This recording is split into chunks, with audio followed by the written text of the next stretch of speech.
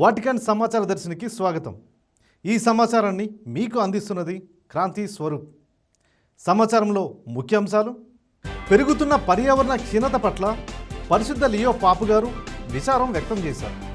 మత స్వేచ్ఛను ప్రోత్సహించినందుకు పరిశుద్ధ లియో పాపు గారు లిబర్టీ మెడల్ను అందుకోనున్నారు. శ్రీసభ మనుగడకు మైనర్లను రక్షించడం అత్యవసరమన్న పరిశుద్ధ లియో పాపు గారు.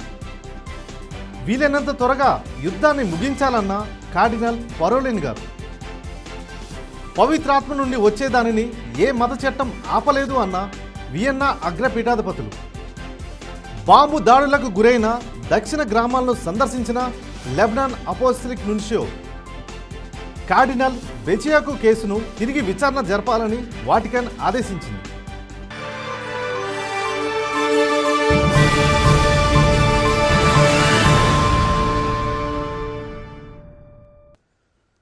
వివరాల్లోనికి వెళ్తే, కొలంబియాలోని బొగాటాలో జరుగుతున్న అమెజోనియా సమావేశంకు పరిశుద్ధ పోప్ లియో గారు తన వీడియో సందేశాన్ని పంపించారు.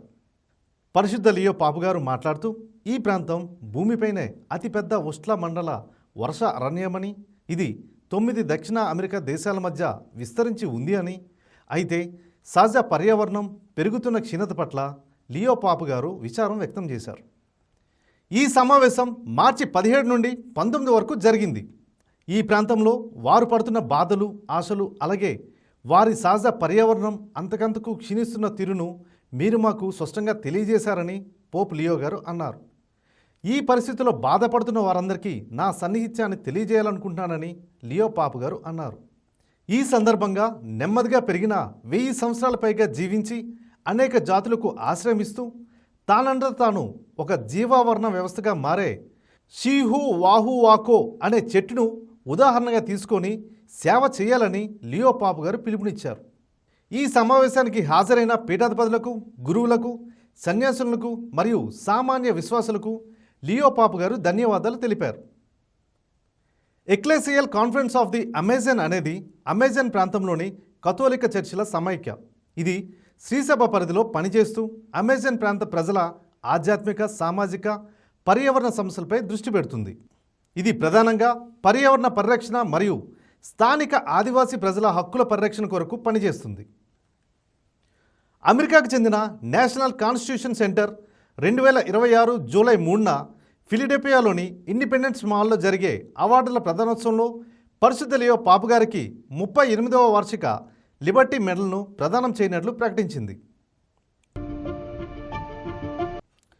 ప్రపంచవ్యాప్తంగా మత స్వేచ్ఛ, అంతరాత్మ స్వేచ్ఛ మరియు భావ ప్రకటన స్వేచ్ఛను ప్రోత్సహించడంలో లియో పాపు గారు చేసిన జీవితకాల కృషికి ఈ పురస్కారం గుర్తింపునిస్తుంది. ఈ ఆదర్శాలను అమెరికా వ్యవస్థాపకులు యుఎస్ రాజ్యాంగంలోని మొదట సవరణలో పొందుపరిచారు.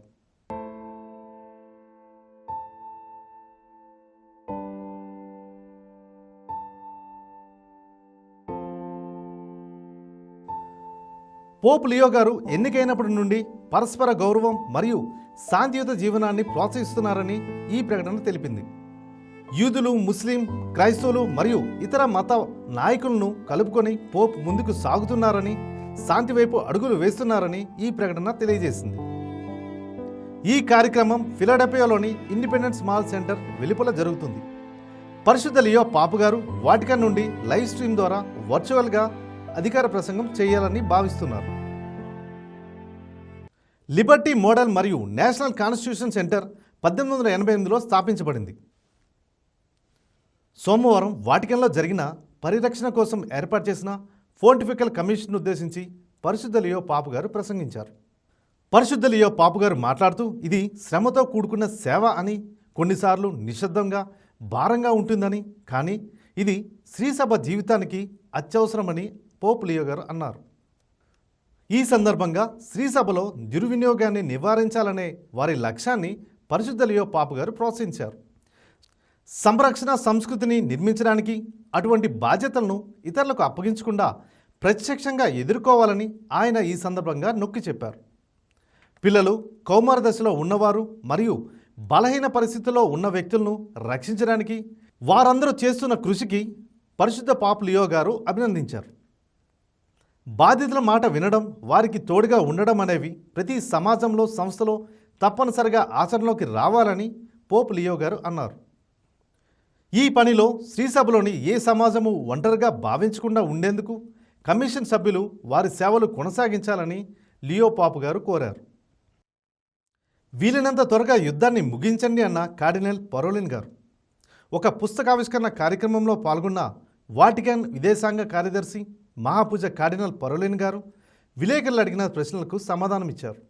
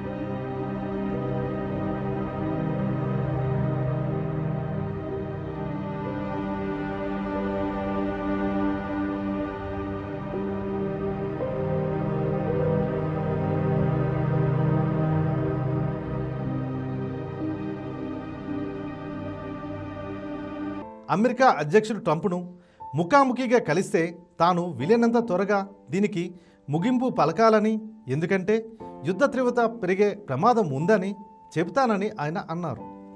ప్రత్యేకంగా లెబనాన్ను దాని మానాన దాన్ని వదిలేయమని చెప్తానని కార్డినల్ పరోలిన్ గారు అన్నారు.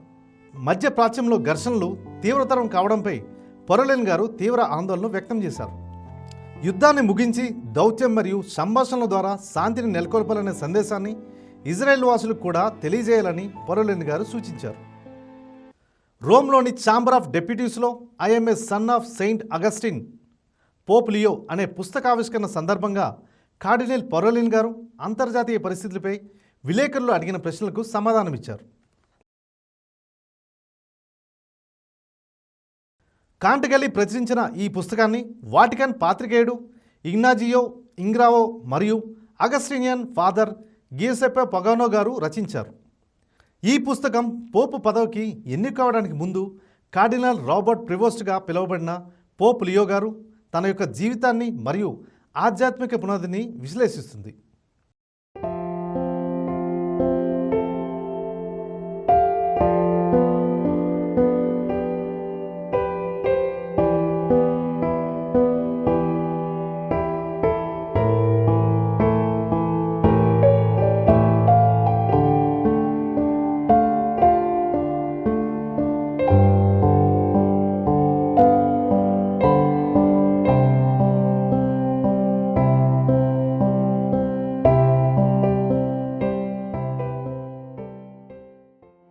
పవిత్రాత్మ దేవుడి నుండి వచ్చే దేనిని కూడా మత చట్టాలు ఆపలేవని వియన్నా అగ్రపీఠాధిపతులు తెలిపారు. మార్చి 11న సిరియాలోని ఒక విచారణలో జరిగిన ఆస్ట్రియన్ బిషప్ కాన్ఫరెన్స్ల ప్లీనరీ సమయంలో వియన్నా అగ్రపీఠాధిపతులు జోసెఫ్ గ్రూన్విడ్ల్ గారు ప్రసంగించారు. ఈ సందర్భంగా ఆయన మాట్లాడుతూ పునరుద్ధరణ మరియు మార్పు సాధ్యమయ్యే శ్రీసభ కోసం పిలుపునిచ్చారు. పవిత్రాత్మ నుండి వచ్చే దానిని మన చట్టాలు ఆపలేవని ఆస్ట్రియా పీఠాధిపతులకు చెప్పారు. దీనిని తాను గట్టిగా నమ్ముతున్నట్లుగా ఆయన తెలిపారు. ఇది శ్రీసభలోని మహిళల పాత్ర కూడా వర్తిస్తుందని ఆయన ఈ సందర్భంగా అన్నారు. మార్చి 10న ప్రచురించబడిన సినోడ్ అధ్యయన బృందం యొక్క తుది నివేదిక అయిన శ్రీసభ జీవితం మరియు నాయకత్వంలో మహిళా భాగస్వామ్యంపై ఇటీవల వెలువడిన వాటికన్ నివేదికను జోసెఫ్ గారు ప్రస్తావించారు. పవిత్ర గ్రంథంలోని గొప్ప మహిళల పాత్రలను ఈ సందర్భంగా ఆయన గుర్తు చేశారు. బాంబుదారులకు గురైన దక్షిణ గ్రామాలను సందర్శించిన లెబనాన్లోని అపోస్టలిక్ నున్షియో గారు ఆ ప్రాంతమంతా ఒక్క ప్రాణి కూడా లేని నిర్మానుష ప్రాంతంగా మారిపోయింది. అంతటా శిథిలాలు, మోటార్ కాల్పుల చప్పుళ్ళు తప్ప మరే శబ్దము అక్కడ వినిపించట్లేదు. అక్కడ భయంకరమైన నిశ్శబ్దం ఆవరించింది.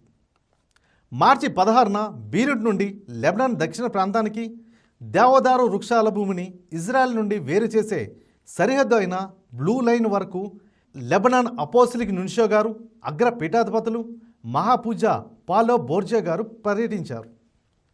తన ప్రయాణంలో తాను చూసిన విధ్వంసకర దృశ్యాలను చూసి ఆయన చలించిపోయారు. ఈ పర్యటన మానవతా సాయాన్ని అందించడంతో పాటు సన్నిహిత్యం, శాంతి మరియు ఆశ యొక్క సందేశాన్ని ఇవ్వడమే అని ఆయన తెలిపారు. కేవలం కొన్ని రోజుల వ్యవధిలోనే పోపు గారి ప్రతినిధి క్రైస్తవులు లేదా ముస్లింలు మిశ్రమ జనాభా ఉన్న గ్రామాలను సందర్శించడం ఇది రెండవసారి. ఈ మిషన్లో భాగంగా కెరిటాస్కి చెందిన మానవతా సహాయక బృందం వివిధ సామగ్రిని మరియు మందులను తీసుకువెళ్తూ 6 ట్రక్కులతో అక్కడకు చేరుకుంది. గత వారం మార్చి 13న చేసినట్లే అపోస్తలిక్ నున్షియో గారు స్వయంగానే ఆ పెట్టెలను, ఆ సంచులను దించి అక్కడున్న వారికి అందించారు.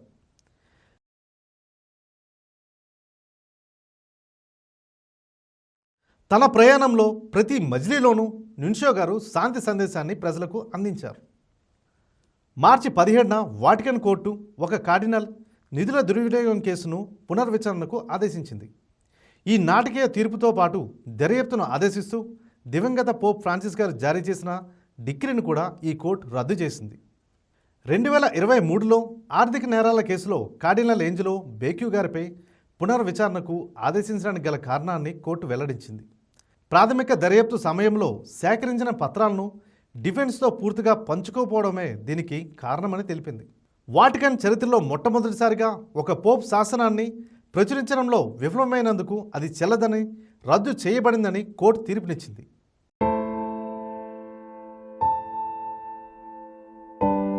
ఈ కేసులో ప్రధానాంశంగా ఉన్నది లండన్లోని ఉన్నత శ్రేణి ప్రాంతమైన చెల్సియాలో ఒక భవనాన్ని కొనుగోలు చేయడమే. దీనికోసం వచ్చిన నష్టాలు దాతృత్వం కోసం ఉద్దేశించిన వనరుల నుండి తీసుకోబడ్డాయని వాటికన్ ఆరోపించింది. ఈ పెట్టుబడులకు సంబంధించి 2023లో 5 సంవత్సరాల 6 నెలల జైలు శిక్షకు గురయ్యారు. ఈ కుంభకోణం వెలుగులోనికి రాకముందే 2020లో ఆయనను వాటికన్ పరిపాలనలోని తన పదవి నుండి తొలగించి కార్డినల్గా ఆయన హక్కులను కూడా రద్దు చేశారు. ఆయన గతంలో 2011 నుండి 2018 మధ్యకాలంలో వాటికన్ యొక్క ప్రతిభావంతమైన సెక్రటరీ ఆఫ్ స్టేట్లో 2వ స్థానంలో ఉన్నారు.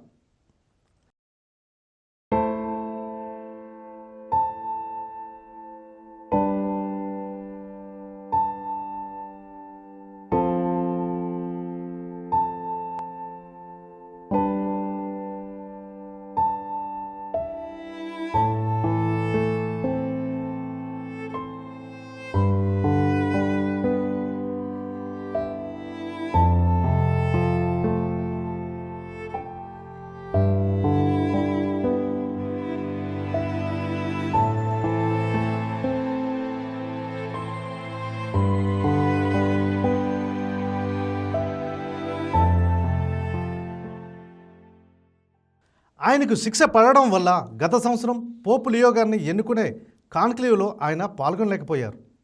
ఇవి ఈ వారం వాటికన్ సమాచార దర్శిని విశేషాలు. వచ్చే వారం మరికొత్త విశేషాలతో మరలా కలుద్దాం. మీ క్రాంతి స్వరూప్.